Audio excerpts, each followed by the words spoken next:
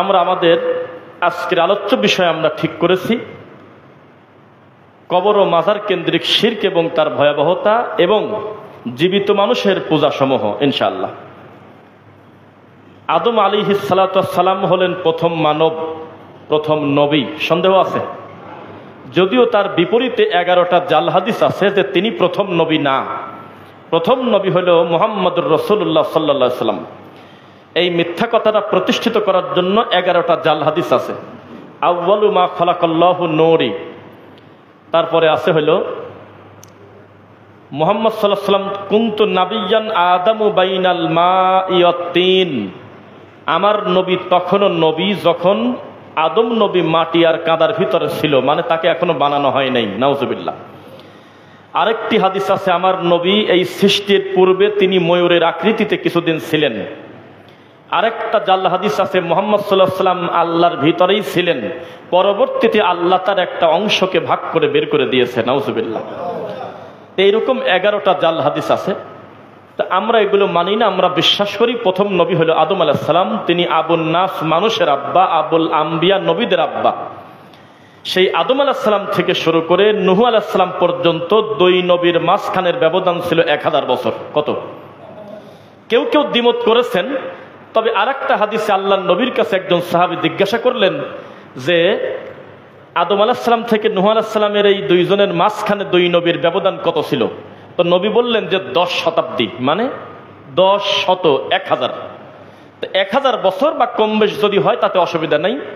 কেউ কেউ বলেছে করুন মানে হলো যুগ, সময়, প্রজন্ম, তবুও 1000 বছরই হয়ে যাবে কাছাকাছি। এই 1000 বছরের ভিতরে মানুষ সরাসরি কোনো মানুষের পূজা করতো না। খুব ঠান্ডা মাথায় শোনেন, তখনও পর্যন্ত মানুষ কবর পূজা, মাজার পূজা, এই ভয়াবহ শিরিক শুরু করে নাই। তারা অন্য পাপ করত মানুষ হিসাবে, ভুল ভ্রান্তি, কিন্তু আলাদা করে কোনো তরিকা হয়েছিল না। তো নূহ আলাইহিস সালাতু ওয়াস সালামের সময় তার প্রজন্মের কিছু মানুষ তারপরে বললেন আউযু বিল্লাহি মিনাশ শাইতানির রাজিম, ওয়াকালু লা তাযারুন্না আলিহাতাকুম ওয়ালা তাযারুন্না ওয়াদ্দাও ওয়ালা সুওয়াআন ওয়ালা ইয়াগুসা ওয়া ইয়াউক ওয়া নাসরা। তাদের সম্প্রদায়ের লোক বললেন যে শোনো, ঠিক আছে আদম নবী বলছে যে আল্লাহ ছাড়া কোনো ইলাহ নাই, ঠিক আছে নূহ নবী বলছে যে আল্লাহ ছাড়া কোনো সত্য মাবুদ নেই, কথা আমরা মানি, কিন্তু আমরা সব মাবুদকে একসাথে আমরা বাদ দিতে রাজি না। লা তাযারুন্না আলিহাতাকুম, একই সাথে সমস্ত মাবুদকে তোমরা বাদ দিও না, কিছু কিছু মাবুদ থাক। নাউজুবিল্লাহ। কারা? ইয়াগুস থাক, ইয়াউক থাক, নাসরা থাক, এরা থাক, সুয়া থাক, এই কয়েকজন মাবুদ আমাদের থাক। তো কিছু মানুষের একটা বোর্ড মিটিং করা হলো, ইবলিস শয়তান তাদের মাথায় বুদ্ধি দিল পরবর্তী প্রজন্ম এই ভালো মানুষদেরকে হারিয়ে ফেলবে। খুব মনোযোগ দিয়ে শুনবেন কিভাবে এই শিরিক শুরু হলো, কিভাবে মাজার পূজা শুরু হলো। আমি কিন্তু শুরুর কথা বলতেছি, একটা জিনিস ঘটে গেছে সেটা আমরা সবাই বলতেছি, কিন্তু এটা সূচনা হয়েছিল কবে থেকে আমার মনে হয় খুব কম মানুষ জানেন আপনারা। তো তারপরে একটা আলোচনা, বোর্ড মিটিং হলো যে এরা তো নূহ নবীর সময়ের মানুষ, এরা তো অলি বুজুর্গ, আসলেই তারা খুব বুজুর্গ ছিল, তো এদেরকে তো আমরা পরবর্তী প্রজন্ম হারিয়ে ফেলবো, এদেরকে স্মৃতি মনে রাখার জন্য এদের একটা আকৃতি বানাও, বানিয়ে বসায় রাখো, দাঁড়ায় করায় দিও না, একটা মূর্তি তৈরি করে তাদেরকে রেখে দাও। রেখে দেওয়ার পর তারা একটা কাজ করছে, তারা পূজা করে না। সত্যি কথা, তারা পূজা শুরু করে নাই, এবং তারা তাদের প্রজন্মকে বলেছে খবরদার সেখানে মাথা নত করবে না, এই মূর্তির মালিকের কাছে যা দরকার চাও, যা প্রয়োজন সব চাইবে আল্লাহর কাছে, কিন্তু এদের মূর্তিতে যাতে কেউ আঘাত না দেয় তোমরা খেয়াল রাখবে, এদেরকে সংরক্ষণ করে রাখো, যাতে আমাদের ছেলে মেয়ে নাতিপুতিরা এসে মনে করে যে নূহ নবীর যুগে এত বড় আল্লাহওয়ালা মানুষ তারা ছিল দুনিয়াতে। তারা পূজা শুরু করে নাই। পরবর্তীতে তাদের এই আকৃতিগুলো রেখে যাওয়া যখন মরে গেল, তাদের পরবর্তী প্রজন্ম এসে তারা একজন বলল যে এভাবে মূর্তিগুলোকে যদি রাখো এ তো অপমান করা হয়, চতুর্দিক থেকে একটা বাউন্ডারি করে দাও, নইলে তো কুত্তা যাবে, গরু যাবে, ভেড়া যাবে, ছাগল যাবে, কবরটা ভেঙে ফেলবে, একটু চতুর্দিকে একটু বাউন্ডারি করে এদেরকে সম্মানী মানুষকে সম্মানের জায়গায় রাখো।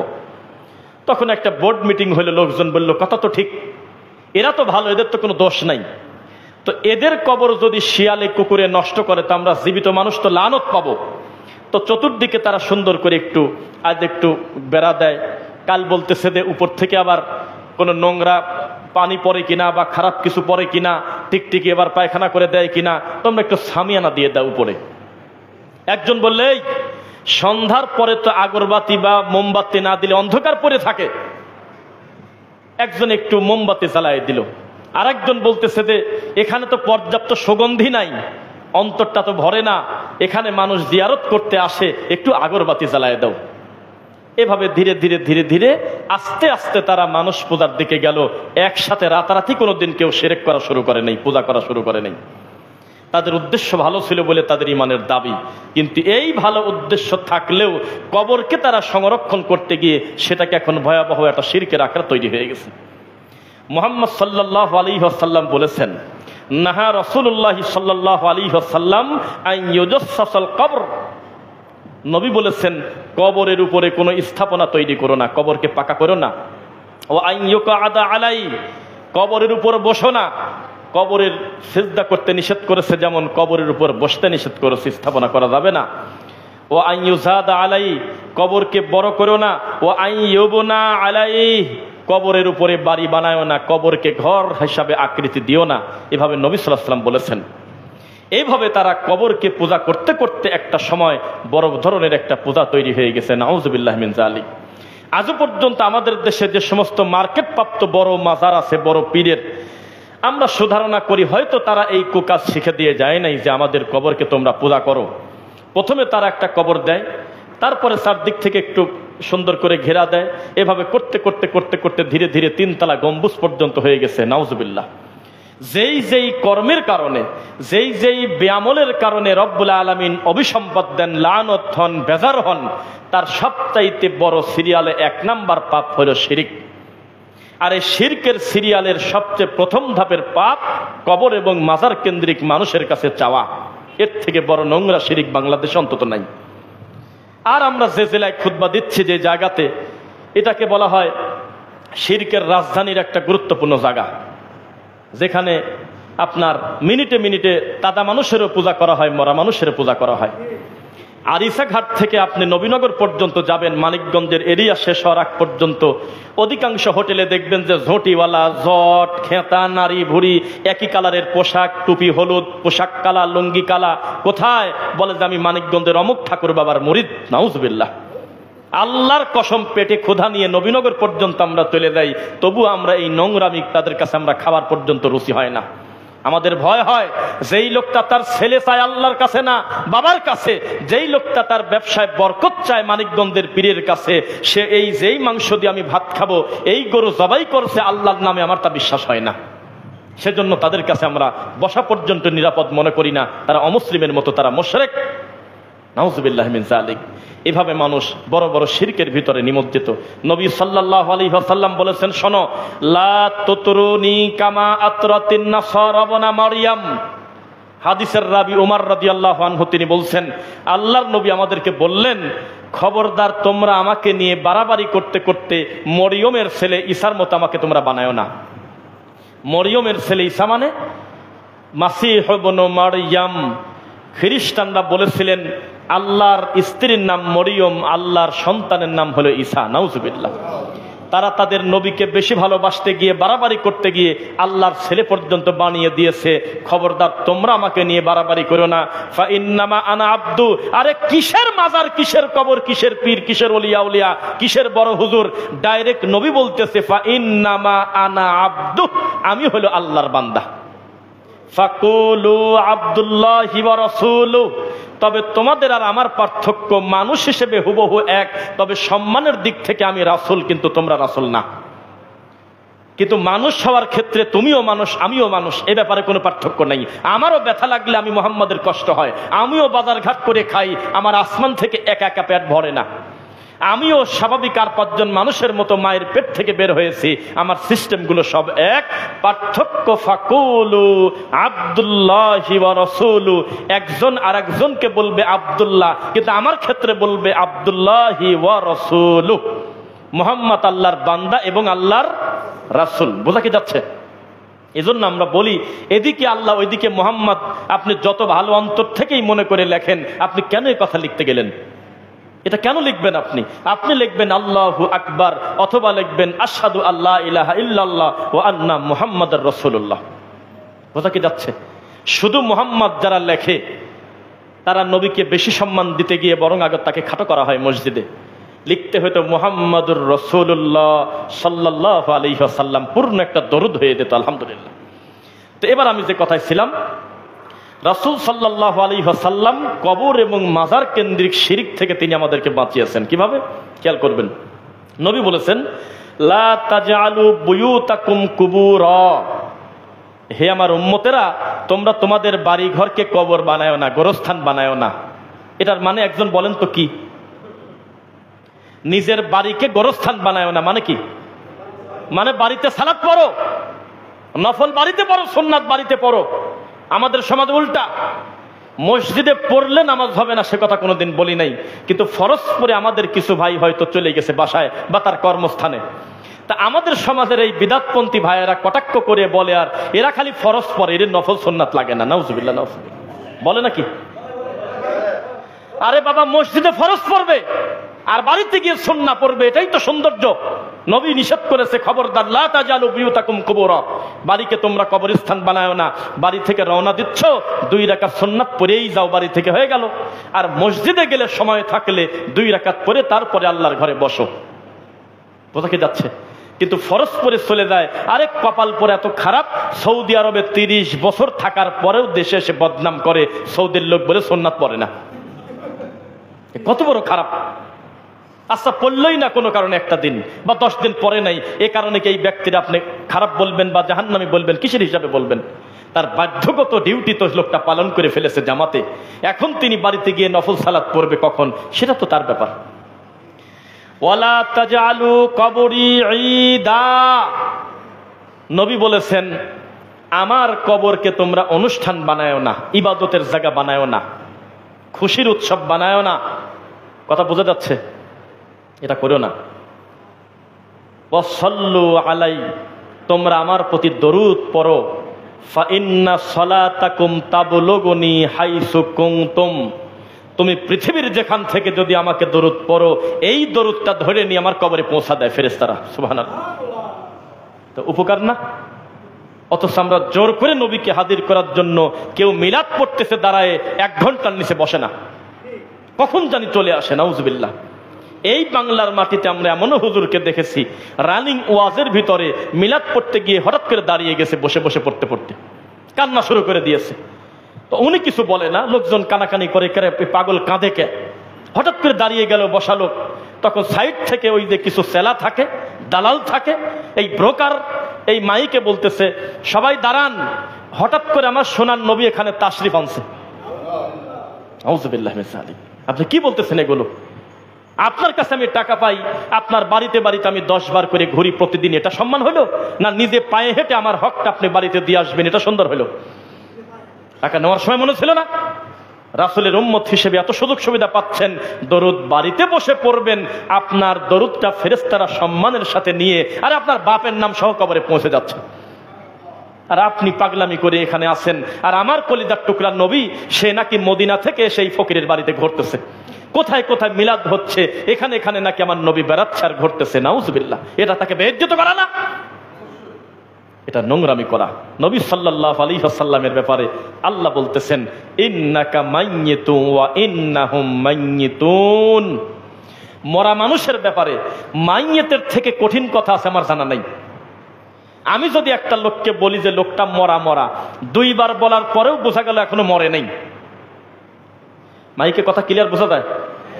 আমি যদি কারোর ব্যাপারে বলি ফোন করে, ভাই অমুক লোকটা মরা মরা, তাহলে বোঝা গেল এখনো মরে নাই, অথচ 2 বার বলছি মরা। কিন্তু আমি যদি কারোর ব্যাপারে খালি একবার বলি যে অমুক মাইয়িত, আর কি বাকি থাকে বোঝার? এমন একটা শব্দ আল্লাহ নিজে বলতেছেন নবীর ব্যাপারে যে আপনি মাইয়িত, আপনার পূর্বে তারাও মাইয়িত, আপনার পরে যারা তারাও মাইয়িত, মরে যাবে। এরপরে আর মরা মানুষের ব্যাপারে আর কিভাবে আপনি মিথ্যা অপবাদ দিতে পারেন? মুহাম্মদ সাল্লাল্লাহু আলাইহি ওয়াসাল্লাম মারা গেছেন, এ কথাই ঠিক, তবে কিয়ামত পর্যন্ত ওহির দরজা বন্ধ, তার সম্মান তার জায়গা ঠিকই থাকবে। কিয়ামতের দিন পর্যন্ত যত মানুষ দুনিয়াতে আবির্ভাব হবে এটা উম্মতে মুহাম্মাদি হিসেবেই আসবে, আলাদা কোনো নবীর উম্মত হওয়ার সুযোগ নাই। এত সম্মানী মানুষকে আমরা বাড়াবাড়ি করতে গিয়ে আল্লাহকে পর্যন্ত আমরা খাটো করি, নাউজুবিল্লাহ মিন যালিক। তো মুহাম্মদুর রাসূলুল্লাহ সাল্লাল্লাহু আলাইহি ওয়াসাল্লাম তিনি আমাদের কবর পূজা, মাজার পূজা থেকে বাঁচানোর কথা বলেছেন। আপনাদের একটা কথা বলি, এখন বলা যায় ওই এখন যিনি প্রধানমন্ত্রী সৌদি আরবে, তার দাদা, আমি যদি ভুল না করি তার নাম ছিলেন ফয়সাল, কিং ফয়সাল এরকম, আচ্ছা, বা তার দাদার বাপ হইতে পারে। তো তিনি আসছিলেন হলো পাকিস্তানে একবার ইতিহাসে লেখা আছে, বইটার নাম মনে নাই, 47 নম্বর পৃষ্ঠায় উর্দুর আবার অনুবাদও করা আছে, একটা ফেসবুকে দেখলাম। এক রাষ্ট্রের প্রধান আর এক রাষ্ট্রে আসবে, রাষ্ট্রীয় সফর, এটার জন্য মুসলিম হিন্দু বড় কথা না। তো উনি আসার পরে তাকে লাল গালিচা বিছিয়ে দিয়েছে সম্মাননা, যে সৌদি আরবের প্রধানমন্ত্রী আসতেছে, কত খুশি। উনিও আলহামদুলিল্লাহ সেভাবে আসতেছেন। আসার পরে উনি দেখলেন চিহ্ন দেওয়া হলো এই দিকে মেইন রাস্তা বা এইদিকে যাওয়া, কিন্তু ওনাকে বামের দিকে নিয়ে যাচ্ছে।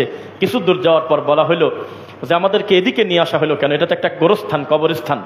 তখন বললেন ইনি হলো মুহাম্মদ আলী জিন্নাহ, ইনি হলো আমাদের জাতির পিতা। তো এটা একটা ফর্মালিটি নিয়ম, যে রাষ্ট্রের প্রধানই বা রাষ্ট্রদূত আমাদের দেশে আসুক, সর্বপ্রথম তার কবরে একটা সেলুট দিয়ে তারপরে রাষ্ট্রীয় কাজ আমরা করি, এটা আমাদের নীতি। কথা কি যাচ্ছে? এটা আমাদের একটা গতি। তো এ ব্যাপারে কেউ প্রশ্ন করেও না, আসলেও কেউ প্রশ্ন করে না, চায় ওই কবরের সামনে দেওয়া ধুম মারিয়ে দাঁড়া থেকে কিছু করে মোনাজাত করে, আর যদি অমুসলিম হয় এরকম করে চলে যায়, আজকের দিন আজও। তো তখন বললো যে উনি কে ছিল, তো বলে এই দেশটার জন্য উনি জীবন দিয়েছে, তো ওনার একটা বড় মান আছে, এই জন্য আমরা তাকে সম্মান করি। তো তখন উনি বলছিলেন যে বেটা জিন্না এখানে শুয়ে আছে, যে সে হলো জিন্না, আর আমার বাড়ি যে জায়গা, তোর হাজার হাজার কোটি জিন্না এক জায়গা করলে যার কবরের মাটির দাম হয় না। বেটা কবরে যদি সেলুট দেওয়ার, কবরে যদি মূল্যায়ন করে, কবরের কাছে দাঁড়ায় যদি কোনো আলাদা করে বরকত নেওয়া যেত, এটাই যদি শরীয়তের নিয়ম থাকতো, তাহলে কবর আমরা 15 দিন পর পর আলাদা করে নতুন নতুন স্বর্ণ দিয়ে বানায় দিতাম, আর ওই স্বর্ণ ভিদায় পানি খেয়ে বেঁচে থাকতাম মরা পর্যন্ত আমরা। কারণ আমার বাড়িতে রয়েছে মুহাম্মদ সাল্লাল্লাহু আলাইহি ওয়াসাল্লাম, আর তোর বাড়িতে আছে জিন্না। কিসের জিন্না? ঠিক ঘাটটা ঘোরায় আল্লাহর কসম তিনি চলে গেলেন, পিছনেই নাই। তবে আর একটা কথা, 3 জন লোকের একটা টিম, তারা বলল এত নির্লজ্জ বেহায়া এই কবর পূজারীরা, উনি গেলেন ঠিক মতো, বাকি লোক পিছন দিক থেকে আসতেছে। তো যেই লোকটা কবরের সাথে যুক্ত, সরাসরি মাজার কেন্দ্রিক যুক্ত, তার পরিস্থিতি কত খারাপ এবার বলি। আয়েশা রাদিয়াল্লাহু আনহা হাদিসের রাবি, দেখেন আমি কিন্তু আজকে ব্যতিক্রম বিষয়ে কথা বলতেছি। তিনি বলতেছে উম্মে হাবিবা, উম্মে সালামা, আমরা 2-3 জন, তারা হলো গিয়েছে সফরে ইথিওপিয়ায়, দেখলো যে একটা গম্বুজের মতো আকৃতি দেওয়া গির্জা। তো সেখানে কিছু মানুষ সামনে অনেক ছবি নিয়ে দাঁড়ায় আছে, ছবি। এই ঘটনা এসে নবীকে বললেন, হে আল্লাহর রাসূল, আমরা তো এরকম দেখলাম একটা সুন্দর ইমারত তৈরি করা, তার ডানে বামে কিছু ছবি, তবে ছবির মানুষের আমরা চিনি না। তখন আল্লাহর নবী বললেন, 2 ধরনের মানুষের প্রতি আল্লাহর অভিসম্পাত, তারা হলো নিকৃষ্ট, তারা পশুর থেকে খারাপ, তাদের চাইতে বড় কীট, তাদের থেকে বড় নোংরা বেহায়াপনা পৃথিবীতে নাই।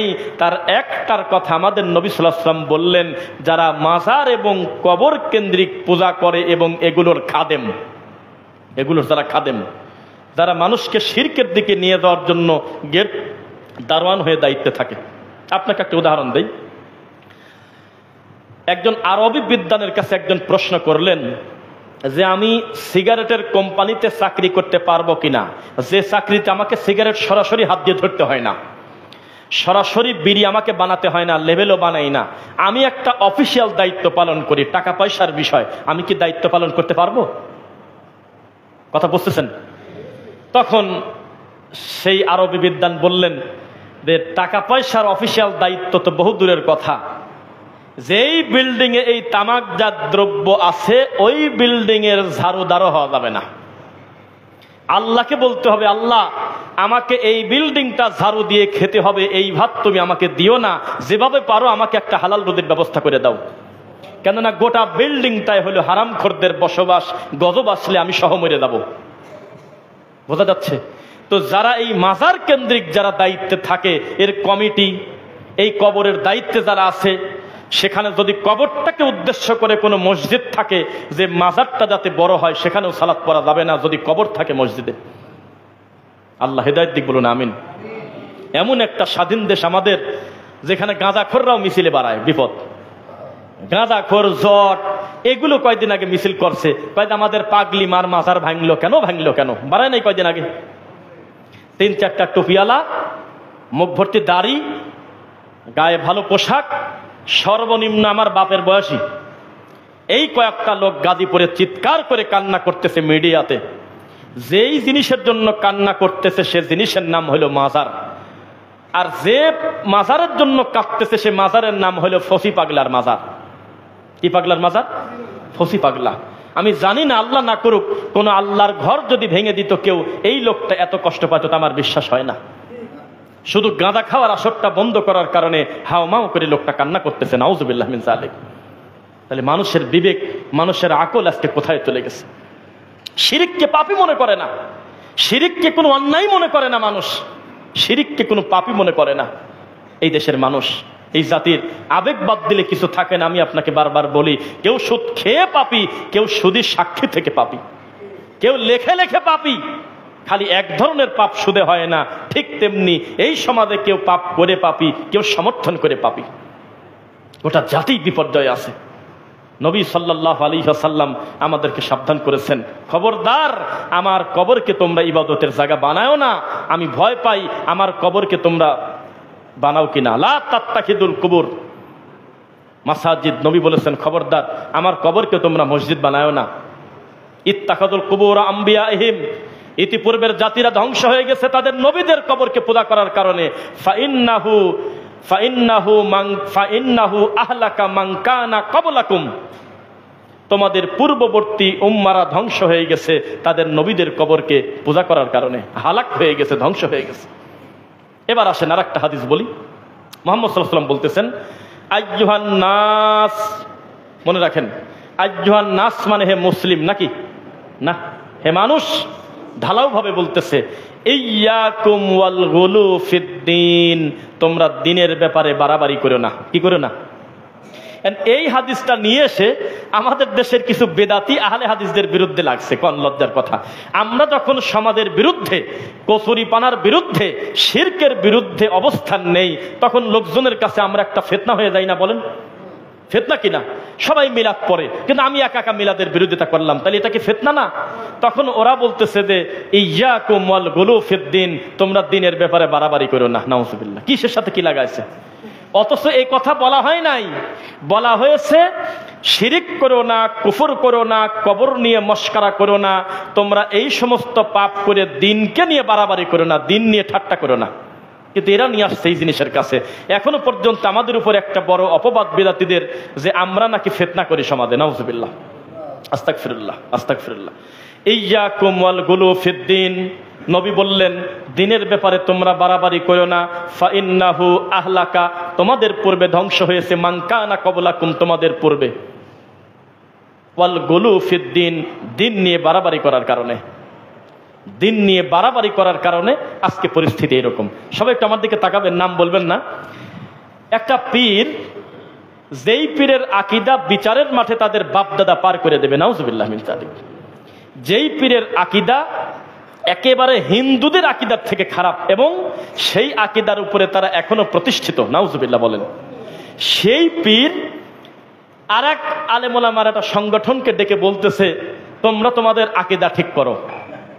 মানে আমি এই দৃশ্য দেখে লজ্জায় মরি, আল্লাহ পাগল বলে কি। তখন আমাকে এই ভিডিও দেখায় আমার এক ছাত্র বলতেছে যে এই পীর বলতেছে জামাত ইসলামকে যে তোমরা আকীদা ঠিক করে আসো। তখন আমি বললাম, এ যেন টয়লেটের টাঙ্কির ভিতরে পড়ে গিয়ে আতর খোঁজার মতো।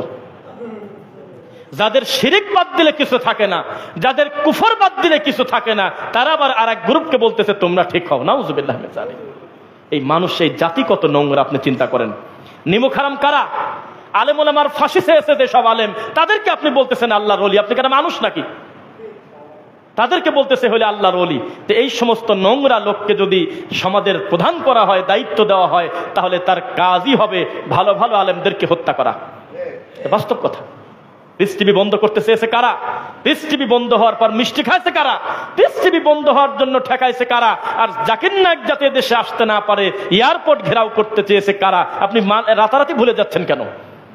তার মানে কোরআন সুন্নাহর সাথে মুনাফিকি করাটাই হলো তাদের ইবাদত। নাউজুবিল্লাহি মিন যালিক। দুঃখ কত দেখেন, যেখানে আমার আল্লাহকে গালি দিচ্ছে, যেখানে আমার নবীকে নিয়ে কটূক্তি করতেছে, যেখানে ভালো ভালো যোগ্য আলেমদেরকে ফাঁসি দেওয়া হচ্ছে, সেই মঞ্চে একটা কুলাঙ্গার মানুষ গিয়ে বলতেছে, একটা টুপিওয়ালা দাড়িওয়ালা একটা হুজুর বলতেছে, আমি হলো সবচেয়ে ভালো কাজ করতে আসলাম। এত বড় নোংরা লোককে বিচারের আওতায় আনাবাদ দিয়ে আর একটা হুজুর বলতেছে উনি হলো আল্লাহর ওলি। এই হলো জাতির অবস্থা, অধপতন কোন পর্যায়ে গিয়েছে। আমরা যখন এই ব্যাপারগুলো ক্লিয়ার করে জাতিকে বলি, ভাই আকীদা সংশোধন করেন, শিরিক ছাড়েন, বেদাত ছাড়েন, তখন আপনাদের কাছে কথাগুলো হালকা মনে হয়।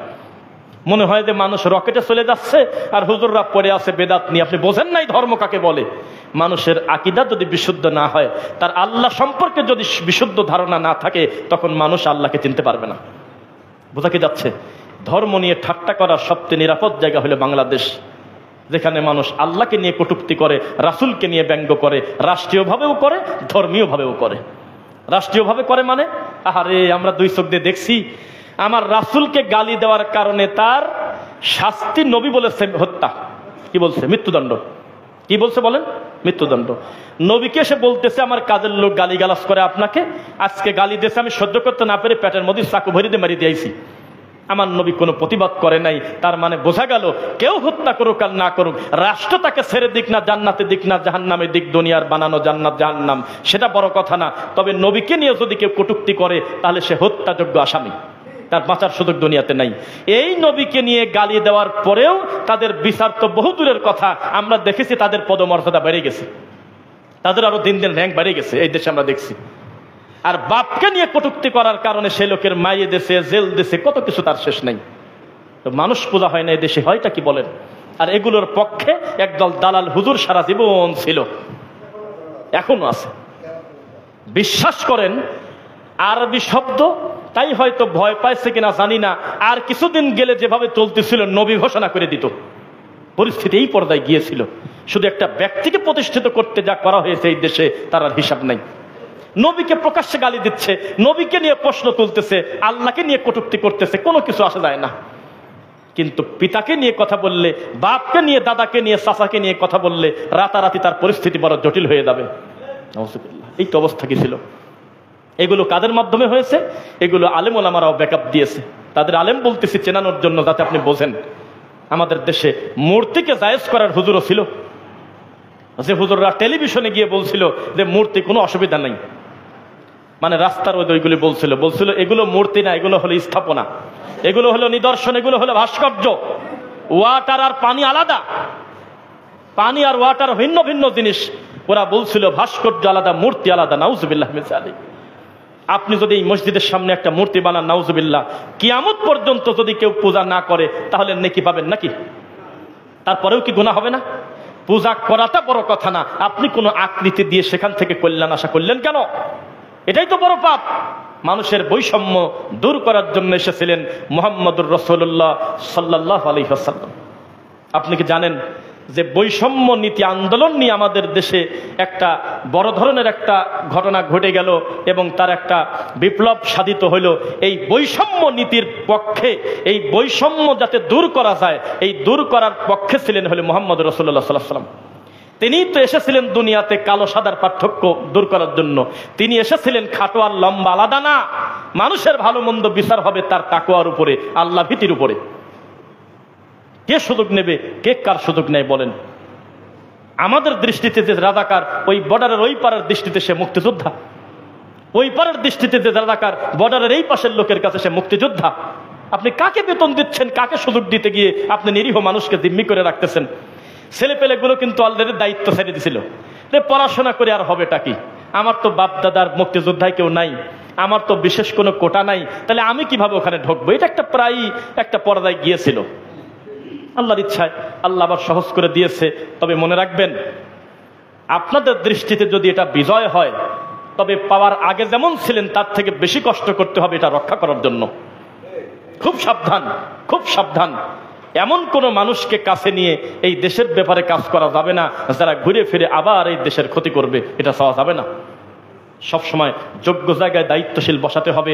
আমরা দেখেছি এই দেশে আল্লাহর ঘর, জাতীয় মসজিদ, বাইতুল মুকাররমে পর্যন্ত টুপিওয়ালা দাড়িওয়ালার মারামারি আমরা দেখেছি। কেন আপনার শরম নাই? আপনার লজ্জা নাই? যখন আপনি দায়িত্ব পেলেন, আপনার এই ক্ষমতা কাজে লাগিয়ে এই সমস্ত নোংরা লোক ঘাট ধরে তাকে আইনের আওতায় আনতে পারলেন না। যেই লোক দালালি করতে করতে একটা বেপর্দা মহিলাকে বলছিল আপনি হলো আমাদের জননী মা, তখন মনে ছিল না আপনার? 13 সালের এই নিরীহ কোরআনে হাফেজ ছেলেরা রাস্তায় জীবন দিয়ে তারা মরে গেছে, কত মা কত বাপ তার বুক খালি হয়েছে। আর এই লোকটা বাইতুল মুকাররমের হুজুর এই নিরীহ বাচ্চার রক্ত বিক্রি করতে হলে 18 সালে রক্ত বিক্রি করে বলছিল যে আপনি হলে আজকে থেকে আমাদের মা, মনে নাই? এই হুজুর আবার খুতবা দেয় আর আপনি মুনাজাত করেন আর বলেন আমরা নাকি হালে হাদিসটা খারাপ। আপনার তো শরমই নাই। আমরা তো বলি যে যারা দিনের ব্যাপারে বাড়াবাড়ি করে, যারা শিরক করে, কুফর করে, যাদের আকীদা বিশুদ্ধ না, তাদের দ্বারা কোনো দিনের কল্যাণ সম্ভব না। আমাদেরকে আপনারা দালাল বলেন, আপনার কত বড় সাহস, আপনি কত বড় বেহায়া। আমরা বলে দালাল, আরে মা বানাইছেন হলে আপনারা, জান্নাতের সার্টিফিকেটও আপনারাই দিলেন, তাও আমরাই দালাল। কত দুঃখের কথা। একটা কবর পূজারী মুশরিক বললে পাপ হবে না, কেননা তাদের সম্পর্ক হলো কবরের সাথে, আল্লাহ রাসূলের দ্বীনের সাথে সম্পর্ক না। এইরকম একটা লোককে ইসলামিক ফাউন্ডেশনের বিশাল বড় প্রধান চেয়ারে বসায় দিয়েছিল, দেয় নাই? সেই চেয়ারে বসে সে তার নেত্রীকে বলছিল আপনি হলো জান্নাতি মহিলা। তো এত বড় কুকাম তোমরা করো, আর দালাল কথাটা লাগে আহলে হাদিসের ব্যাপারে। নাউজুবিল্লাহ। পরিস্থিতি যেমন হোক, সরকারে যেই থাক, আরে পরিস্থিতি যেমন হোক, কোনদিন কোন আহলে হাদিসের বাচ্চা জীবন্ত মানুষকে জোর করে জান্নাতে দেয় নাই, জোর করে জাহান্নামেও দেয় নাই। আমরা হুট করে কাউকে কাফেরও বলি না, কাউকে আমরা মুনাফিকও বলি না দলিল ছাড়া। আমরা বিদাতির বিরুদ্ধে কঠোর অবস্থান নেই, তবে চট করে প্রমাণ ছাড়া ধারণা করে কোনোদিন আমরা কাউকে কাফের বলে গালি দেব না। এত সস্তা কথা নয়। আমাদের দেশে একটু আলাদা। আমাদের দেশে হিন্দু মরে গেলে শহীদ। আল্লাহর কসম 1, আল্লাহর কসম 2, আল্লাহর কসম 3, আল্লাহি। এই মোবাইলটায় আছে এখন আমার কাছে। একটা লোক ভিডিও করছে, তার বাসা হলো মিরপুরে। ওই কোথায় এক জায়গা যাচ্ছিল, তো ওখানে ব্যানারের উপরে লেখা শহীদ শঙ্কর দা, এরকম একটা কি জানো লেখা নাম। তো ওই 2-1 জন করে ডাকে বলতেছে শোনেন কি, এই যে এই লোকটার নামটা পড়েন। তো বলতেছে শহীদ অমুক। তো বলে একটা হিন্দু শহীদ হয়ে গেল, আপনারা কেউ ঠিক পেলেন না? এটা হলো সেই দেশ। বাড়াবাড়ি আর সারাসারির পর্দায় আর শেষ নাই। যাকে ভালোবাসবেন সে হলো জান্নাতি মহিলা, যাকে ভালোবাসবেন সে হলো মা, আর যাকে ভালোবাসবেন না সে হলো জাহান্নামী। মাঝখানে নাই, কোনো ইনসাফ নাই, যে যার মতো করে চলতেছে। আর প্রতিবাদ তো করা যায় না। সেলফি মনে পড়ে গেছে, সেলফি একটা বাসের নাম আছে, যেই বাসটাতে আমরা এই আরিসা ঘাট পার হয়ে উথুলিয়া পর্যন্ত যাই, বা মাঝে মধ্যে ওখান থেকেও আসে। ওই বাসে উঠে ঠিক আমার হাতের ডান পাশে মহিলা সিটের পাশে দেখলাম লেখা ব্যবহারে বংশের পরিচয়। কিসের ব্যবহারে বংশের পরিচয়? তা আমি আমার মতো বসে আছি, কোনো কথা নাই, বার্তা নাই। হঠাৎ করে হেল্পার আর কন্ট্রাক্টর আর ওই যে যাত্রীর ভিতরে একটু তর্ক হচ্ছে। এটা হুজুর মানুষ বলতেছে, ভাই আপনাদের জন্যই এখানে লেখা ব্যবহারে বংশের পরিচয়। এটা উনি দেখাইলো আমার সামনে বসে। আমি একটা মাদ্রাসার হুজুর, আমি এত সময় চুপ ছিলাম, কিন্তু এই লোকটা যখন উঠে দাঁড়াইছে তখন দেখি তার পিছনে হাদিসের কথা লেখা ব্যবহারে বংশের পরিচয়। তখন আমি দেখলাম আর চুপ করে থাকা যায় না। তখন আমি বললাম এই লোকটা অন্যায় করছে, ভাড়া হলো 80 টাকা, ও কেন 70 টাকা দেবে? এটা তার ভুল। ও বলুক যে ভাই আমার কাছে ভাড়া নাই, সেটা ভিন্ন কথা। যে কারণে হোক এটা ওনার অন্যায় যে উনি অকারণে কন্ট্রাক্টরের সাথে ঝগড়া করতেছে কেন, অথবা ভাড়া 80 টাকা, এই কন্ট্রাক্টর 90 টাকা দাবি করবে কেন? এটা তার ভুল, এটা তার অন্যায়। তো এই কন্ট্রাক্টর ভুল করলে ওর বাপের কি, ওর মরা দাদার কি? ওর বংশের লোক তো ঠিকই পায় নাই যে ওইখানে মারামারি করে মরতেছে। তাহলে ব্যবহারে বংশের পরিচয়, এটা একটা নোংরা কথা না? ব্যবহার যে খারাপ করে তার পরিচয়, তার বাপের দোষটা কি? নূহ আলাইহিস সালাম হলো নবী, তার ছেলে জাহান্নামে যাচ্ছে, কি কয় না কয় বুঝলাম না।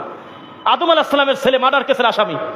আর আমাদের এই গাড়িতে বাসে লেখা থাকে দেওয়ালে স্কুলে ব্যবহারে বংশের পরিচয়। কমেন্টে পর্যন্ত যদি কেউ খারাপ ব্যবহার করে আরেকজন রিপ্লাই দেয় ব্যবহারে বংশের পরিচয়।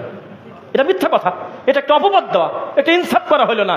কারণে আপনি তার বাপকে গালি দিলেন কেন, তার প্রতিবেশীকে গালি দিলেন কেন? তার বাপ তো হাফি, তার বাপ তো ভালো লোক, জানে যে আমার ছেলে এখানে পড়াশোনা করতেছে, ছেলে যে এখানে ঠাট্টা মস্করা করে বেড়াচ্ছে, ভাড়া কম দিবে জন্য মারামারি করে বেড়াচ্ছে, এটা ওর বাপের দোষটা কি? পরে আমি সুন্দর করে বোঝানোর পর ওয়াল্লাহি আল্লাহর কসম, বাস ভর্তি মানুষের এক একজনের হয়তো এক এক বিশ্বাস, কিন্তু আমার এই কথা বলার পর প্রত্যেকে স্বীকার করলো আমরা দুনিয়াতে জন্মগ্রহণ করার পরে আজকেই প্রথম প্রমাণ পেলাম যে এত সুন্দর কথাটাও একটা ধোঁকা, এত সুন্দর একটা কথা কিন্তু কথাটা ধোঁকা, জীবনে ভাবিই নাই কোনোদিন। আরেক জায়গায় বললাম, ডক্টর সাইফুল্লাহ মাদানী স্যার ছিলেন সাথে, আমরা হলো রাজবাড়ী থেকে মাহফিল করে আসতেছি, মানিকগঞ্জে ঢোকার আগে অথবা মানিকগঞ্জ পার হয়ে লেখা খোদা হাফেজ মানিকগঞ্জ, মানে এখন ঢাকা জেলার শুরু বা এরকম কিছু আছে, হ্যাঁ পিলার। তো তখন আমরা সাইডে এক জায়গায় করতে রাস্তা করতে পাশেই, তো বললাম যে আরে মানুষ তার আল্লাহর নাম মুখে নিতে শরম পায়, এই জায়গায় যদি আমার রবের নামটা থাকতো তাহলে আল্লাহ হাফিজ অবশ্যই এই শব্দটা বলার কারণে আল্লাহর কাছ থেকে তিনি সওয়াব আশা করতেন, পেতেন অবশ্যই। এমন একটা শব্দ দিয়ে লেখা, এ আরবিতে বানানি হয় না, বানানি হয় না, কিসের সাথে কি, এর কোনো অর্থ হয় না, কিছুই নাই, যে যে ব্যাখ্যা দিক, খোদা কোনোদিন আল্লাহ হতে পারে না। এখানে যদি লিখতো যে রহমান, এখানে যদি লিখতো সুবহানাল্লাহ, এখানে যদি লিখতো আল্লাহু আকবার, তবু সরাসরি বোঝা যেত এটা আল্লাহর কথা। কিন্তু খোদা হাফেজের পিলার, এটা খোদা আবার কিনা? প্রত্যেকটা জায়গায় মানুষ বেইনসাফ করে, মানুষ সঠিকটা বুঝতে পারে না। আজকে সকালে একটা লোক আমার মেসেঞ্জারে লেখছে যে তোরা এত কঠোর কেন, তোরা হলো সেই রকম কঠোর, ইসলামটাকে তোরা শক্ত করছিস, তোরা হলো চরমপন্থী, এরকম আমাকে লেখছে অনেক কথা। আমি তার প্রোফাইলে যা দেখি ইসলামী বিশ্ববিদ্যালয় কুষ্টিয়া, মানে ও ইসলামী বিশ্ববিদ্যালয় থেকে পড়াশোনা করছে। তখন আমি তাকে মেসেঞ্জারে গিয়ে লেখলাম, ভাই আমার খুব আফসোস হচ্ছে, আপনার মতো মানুষ এই মাটির উপরে কি করে, এ তো নিচে থাকার কথা। আপনি পড়াশোনা করেছেন ইসলামী বিশ্ববিদ্যালয়, বাংলাদেশের একমাত্র ইসলামী বিশ্ববিদ্যালয় কুষ্টিয়া, সেখান থেকে পড়ালেখা করে আপনি আমাদেরকে বলতেছেন যে আমরা কঠোর বিদাত নিয়ে পড়ে আসি, এই শব্দ কি আমাদের বলা যায়? আমি তখন বললাম, জানেন আপনাদের পলিটিক্যাল হুজুর আর আমাদের পার্থক্য কি জানেন? আমরা একটা বেদাতকে পর্যন্ত সহ্য করতে পারি না, আর আপনারা রাজনৈতিক স্বার্থে বড় বড় শিরক পর্যন্ত মেনে নেন। কোনো জবাবই দেয় নেই, চুপ করে বসে আছে। তো মানুষ তার বিদ্যার সাথে মুনাফিকি করে, মানুষ তার কর্মের সাথে ঠাট্টা মস্করা করে। আশিদ্দাউ আলাল কুফার রুহামাউ বাইনাহুম, মুহাম্মদ সাল্লাল্লাহু আলাইহি ওয়াসাল্লামের উম্মতের একটা বৈশিষ্ট্য, কাফের মুশরিকদের ব্যাপারে তারা কঠোর, কিন্তু তার মুসলিম ভাইয়ের ব্যাপারে সে নরম। আলহামদুলিল্লাহ, আমার ভাই ভুল করেছে, আমি আর ভাই সংশোধন করব, হিন্দুর কি তাতে? ও আমার নবীকে গালি দেবে কেন মুম্বাইতে বসে? ও আমার আল্লাহকে নিয়ে কটূক্তি করবে কেন? এই সুযোগটাকে দেওয়া হবে না। আমাদের ভিতরে দল থাক, তরিকা থাক, আলেম ওলামা ইমামরা, আমরা একে অন্যের বিরুদ্ধে বলি, আমরা সংশোধনের জন্য কাজ করব, মাঝখানে কোনো অমুসলিমকে মাথা ঢুকতে দেব না ইনশাল্লাহ। তারা ইসলামের গোড়াপ কেটে দেওয়ার জন্য তারা এসেছে এই দেশে, এটাই হলো বাস্তব কথা। কেউ যদি বলে যে কোন হিন্দু কোন অমুসলিম আপনার ইসলামের উপকার করছে, এত সহজে আমি মানব না। কেন করবে? তার রক্তে মিশে আছে হলো শিরক, সে আমার রবের সাথে শিরক করে। আর ভুলে যাবো না, মাঝখানে বলি, আমাদের আবেগ কত কঠিন দেখেন, কথাগুলো অনলাইনে যাবে।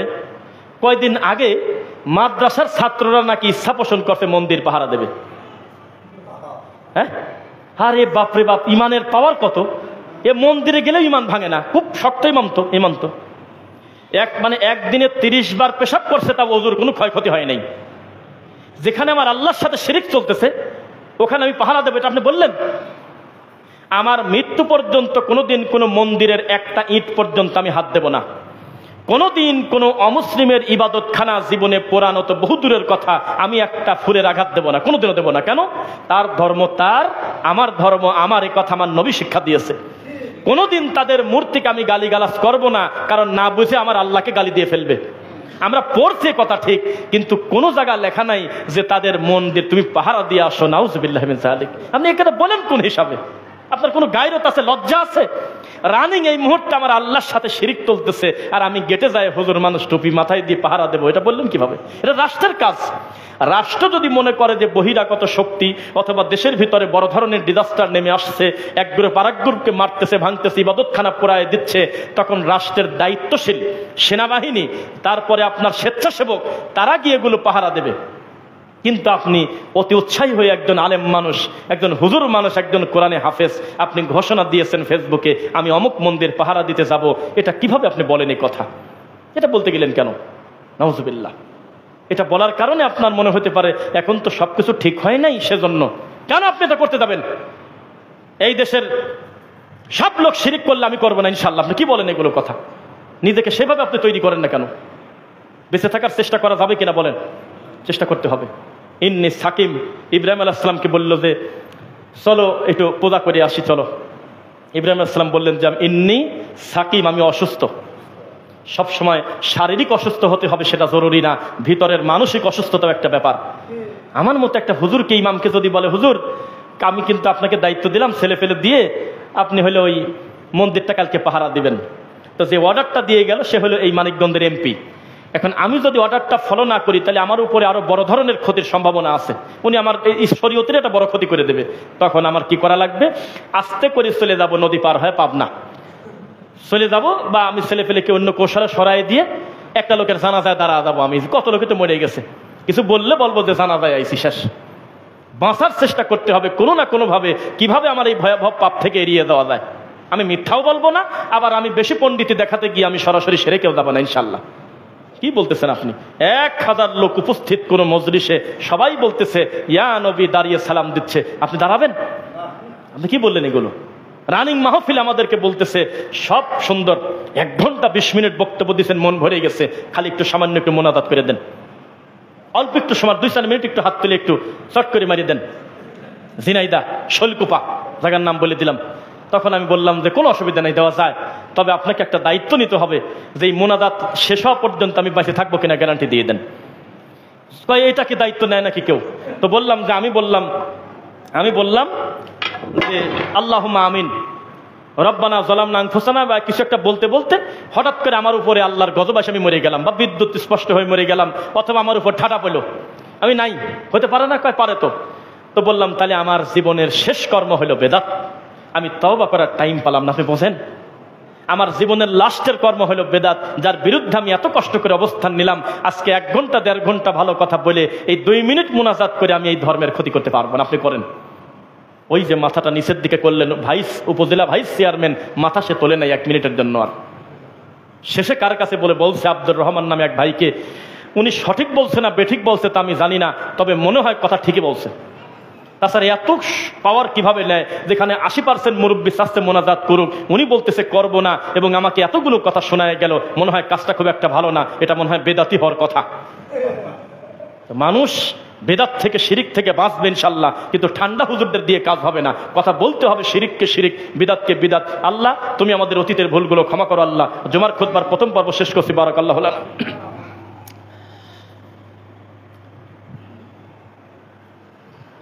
আলহামদুলিল্লাহ।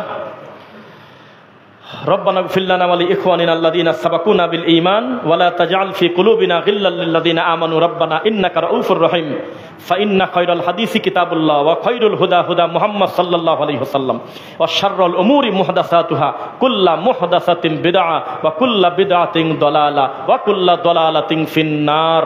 রব্বিরহামহুমা কামা রব্বায়ানি সগীরা, রব্বিরহামহুমা কামা রব্বায়ানি সগীরা। আলহামদুলিল্লাহ। আল্লাহ যারা মারা গেছে ঈমান সহকারে, মানুষ হিসেবে তাদের কবরে আযাব হচ্ছে ভুলের কারণে, তুমি তাদের ক্ষমা করো আল্লাহ। আল্লাহ যারা বেঁচে আছে তুমি আমাদের ঈমানের উপরে সর্বদা থাকার তৌফিক দাও।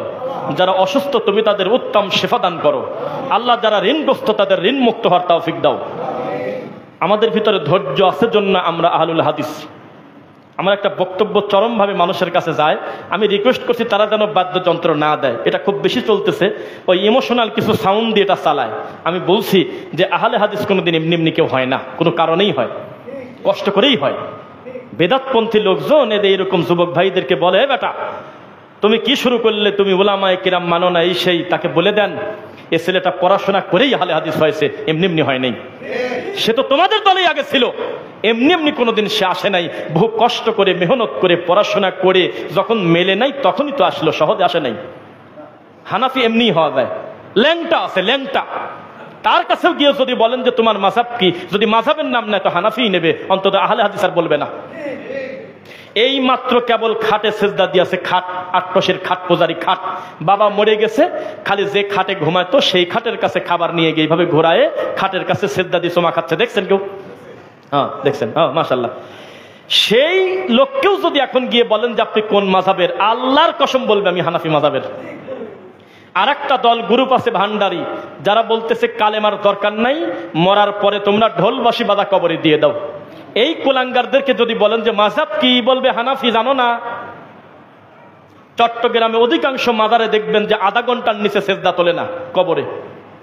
ঘাটটা টান দিয়ে তুলে বলেন যে ভাই মাযহাব কি, বলবে হানাফি। এই এই এই পাগল ছাগল রেখে গেছি ইমাম আবু হানিফা রাহিমাহুল্লাহ, এই সম্মানী মানুষকে এগুলো শিখাই দিয়ে গেছে। কিন্তু আহলে হাদিস এমন একটা জিনিস, টাকনুর নিচে কাপড় আছে, হয়তো খেয়াল করে নেই অসতর্ক অবস্থায় বা ভুলে, ওকে যদি বলেন যে আপনি কি আহলে হাদিস, আর ও যদি নিজের প্যান্টটা দেখে টাকনুর নিচে না তোলা পর্যন্ত বলবেই না যে আমি আহলে হাদিস, মানে সহজে স্বীকারই করবে না আহলে হাদিস। কিন্তু কোন একটা ভুলের সাথে হয়তো জড়িত, তাকে যদি গিয়ে আপনি বলেন যে আপনি কি আহলে হাদিস, স্বীকার করবে না, পরে বলবে হয়তো, কিন্তু এখন স্বীকার করবে না, কারণ এটা ভুল করতেছে। আর হানাফি কোনো অসুবিধা নাই, ল্যাংটা তাতে কি আছে, কয় যে আইসি ল্যাংটা, যাবো ল্যাংটা, কাপড় পরার দরকারটা কি? হানাফি এগুলি উনি রেখে দিয়ে গেছে। এই মানিকগঞ্জে এমনও পীর আছে, আমরা পাবনা থেকে জানি, নামাজ নাই, রোজা নাই, হজ নাই, জাকাত নাই, আল্লাহর কসম এমন ভাবে তাদের বিশ্বাস শুধু বাবাই আমাদেরকে পার করে দেবে। তারা একই ধরনের পোশাক পরে, লুঙ্গি, জামা, টুপি সব এক কালার। এই মানিকগঞ্জে আছে, মানিকগঞ্জের বাবা বলে পরিচিত, বিভিন্ন জায়গা থেকে গাড়িও আসে এই সমস্ত জায়গায়। ভান্ডারির তো কথাই নাই। ওই যে কোন এক ভান্ডারির একটা ক্লিপ দেখছে, আল্লাহ ক্ষমা করো, এগুলি দেখা ঠিক না, সামনে এসে গেছিল রিল, এক গায়ক বলতেছে মনে তৃপ্তি নিয়ে, ওই সময় গান চলতেছিল, এমনি কথা বলতেছে, আমাদের গর্ব হয় আমরা সারা দেশে প্রোগ্রাম করি সারা বছরে 100টা, আর এই মানিকগঞ্জেই করি আমরা 300টা। কত খুশি, মানে ফকিরি গান, তত্ত্ব ফকিরি গান, বাদ্যযন্ত্র দিয়ে আড্ডা হয়, মস্কারা চলে, ঠাট্টা চলে, এগুলো তারা করে। নাউজুবিল্লাহ। মনে রাখবেন, পৃথিবীর সব মানুষ শিরিক করবে সেটা নয়, কেউ না কেউ তাওহীদের পতাকা নিয়ে মৃত্যু পর্যন্ত থাকবে ইনশাআল্লাহ। লা ইয়াজালুন নাসু বিখাইর, ইনশাআল্লাহ আল্লাহ সুবহানাহু ওয়া তাআলা তাদেরকে টিকিয়ে রাখবেন, কেউ তাদের কোনো ক্ষতি করতে পারবে না। তাওহীদের উপরে একদল কিয়ামত পর্যন্ত থাকবে ইনশাআল্লাহ। 2-4 মিনিট দেরি হওয়ার কারণে দুঃখিত। আমার খুতবা যতগুলো দেখবেন আমি চেষ্টা করি সময়টা মেইনটেইন করার, যেহেতু 5 মিনিট দেরি করে শুরু করা হয়েছে এজন্য আমি একটু বেশি করে ফেলেছি, আপনারা কিছু মনে করবেন না সময়ের ব্যাপারে। যাই হোক, সর্বোপরি আপনারা মনে রাখবেন, শিরকের সাথে কোনো আপোষ নাই, বলেন ইনশাআল্লাহ। কোনো দিন কোনো ল্যাংটা লোককে ঢেকতে গিয়ে আমি আমার কাপড় খুলে দেব না। আমি আমার নাভি থেকে হাঁটু পর্যন্ত ঠিক রেখে বাকি কাপড় দিয়ে ল্যাংটা মানুষকে ঢেকতে পারলে ঢেকবো, না পারলে তুই ল্যাংটাই পরে থাক। শরীয়ত আমার প্রতি জুলুম করে নাই যে তুমি তোমার সমস্ত কাপড় খুলে দিয়ে আর একটা উলঙ্গ লোককে ঢেকো, তা বলে নাই। মনে রাখবেন, দেশের পরিস্থিতি যেমনই হোক আমরা শিরক করবো না ইনশাআল্লাহ। দেশের অবস্থা যা হয় হোক আমরা বেদাত করবো না ইনশাআল্লাহ। দেশের অবস্থা যেমনই হোক আমার রবের সাথে আমি কোনোদিন শিরক করবো না ইনশাআল্লাহ। এভাবে যদি শক্তিশালী ভূমিকা পালন করেন তাহলে আশা করতেছি, আজকে থেকে কিছুদিন আগেও আপনার মাথায় ছিল না, এই মানিকগঞ্জের সদরে এত সুন্দর একটা প্ল্যাটফর্ম হবে যেখানে আমরা প্রাণ ভরে সহি পদ্ধতিতে আল্লাহকে সিজদা দিতে পারবো। সেটাও আল্লাহ পর্যন্ত প্রত্যেক গ্রহণযোগ্য দায়ীরা এসে খুতবা দেবে ইনশাআল্লাহ। কারণ দিনী ভাইরা আছে, তুমি সকলকে আল্লাহ ক্ষমা করে তাদেরকে তুমি জয়ী করে দাও আল্লাহ। আল্লাহ মৃত্যু পর্যন্ত আমাদেরকে তুমি ইমানের উপর, তাওহীদের উপরে রাখো আল্লাহ। আল্লাহ আজকে আমরা যে খুতবা দিচ্ছি, আমাদের ইমাম, মুসল্লি সবাই আমরা এখানে যারা আছি, প্রত্যেকের একেবারে মুখের শেষের বাক্য যেন হয় লা ইলাহা ইল্লাল্লাহ। এই দাবি তোমার কাছে রেখে খুতবা শেষ করছি। সুবহানাকা আল্লাহুম্মা ওয়া বিহামদিক আশহাদু আল্লা ইলাহা ইল্লা আনতা।